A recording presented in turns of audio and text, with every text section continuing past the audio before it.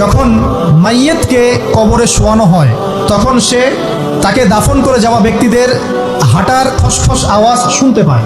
এরপরে তাকে যখন শুইয়ে দেওয়া হয়, সে যদি মুমিন ব্যক্তি হয় তাহলে তার মাথার দিকে তার সলাত এসে দাঁড়িয়ে যায়। দুনিয়াতে আপনি যে নামাজগুলো পড়েছেন, আমি যে নামাজগুলো পড়ছি, এগুলো মাথার দিকে দাঁড়িয়ে যায়।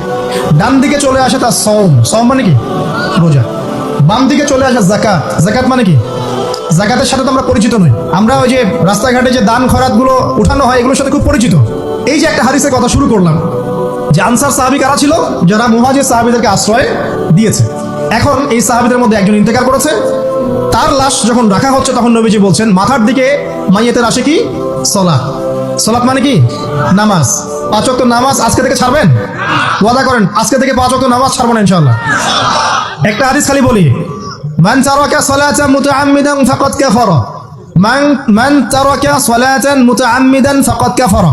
আবার শুনেন, قال رسول الله صلى الله عليه وسلم من ترك صلاة متعمدا فقد كفر। আর মুয়াজ বিন জাবাল রাদিয়াল্লাহু আনহু নবীজি বলেছেন মান তারাকা সালাতা মুতাআম্মিদান ফাকাদ বারিয়াত মিন জিম্মাতিল্লাহ। যে ব্যক্তি নিজের উপর ফরজ নামাজ ছেড়ে দিল, সে কুফরি করলো, সে কুফরি করলো, সে কুফরি করলো। মুয়াজ বিন জাবালকে নবী সাল্লাল্লাহু আলাইহি ওয়াসাল্লাম বলছেন, যে ব্যক্তি ফরজ নামাজ ইচ্ছা করে ছেড়ে দিল, সে ব্যক্তি আল্লাহর জিম্মা থেকে মুক্ত হয়ে গেল। নামাজ ছাড়বেন প্রিয় ভাই? 5 ওয়াক্ত নামাজ জামাতের সাথে ইনশাআল্লাহ। আল্লাহ আমাকে তৌফিক দেখ, আপনাদের সবাইকে তৌফিক দান করুন। জামাত যদি না পান, একা পড়ে নেবেন, ঠিক আছে? যদি ঘুমিয়ে থাকেন, ঘুম থেকে উঠে পড়বেন। ভুলে গেছেন, যখন মনে হবে তখন পড়বেন। ওযু করার পানি নাই, কি করবেন? তায়াম্মুম করবেন। তায়াম্মুমেরও কিছু নাই, আপনার কোনো কাপড়ই নাই, সতর ঢাকার কোনো কাপড়ই নাই, কি করবেন? বসে বসে নামাজ পড়বেন ওই অবস্থাতেই।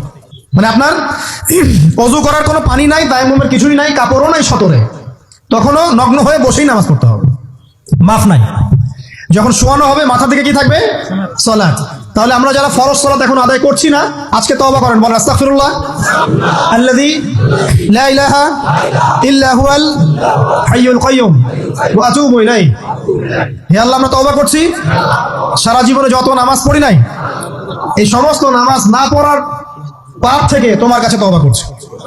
ঠিক আছে? এটা আস্তাগফিরুল্লাহর অর্থ নয়, আমি বাংলায় বললাম। আর যদি নামাজ কাজা করে আদায় করে দিতে পারেন, আলহামদুলিল্লাহ, খুবই ভালো হয়। যদি নাও পারেন, তাও এখন থেকে আর কোনো নামাজ বাদ দিয়ে না, আর বেশি বেশি নফল নামাজ পড়ার চেষ্টা করেন। আল্লাহ পাক তৌফিক এনায়েত করুন। তারপরে ডান দিকে কি? সওম। সওম মানে কি? রোজা। রমজান মাসে রোজা রাখি সবাই তো, মাশাআল্লাহ, আলহামদুলিল্লাহ। রমজান মাসে সওম রাখার পাশাপাশি বেশি বেশি নফল সওম রাখার ব্যাপারে অভ্যস্ত হওয়ার চেষ্টা করতে হবে।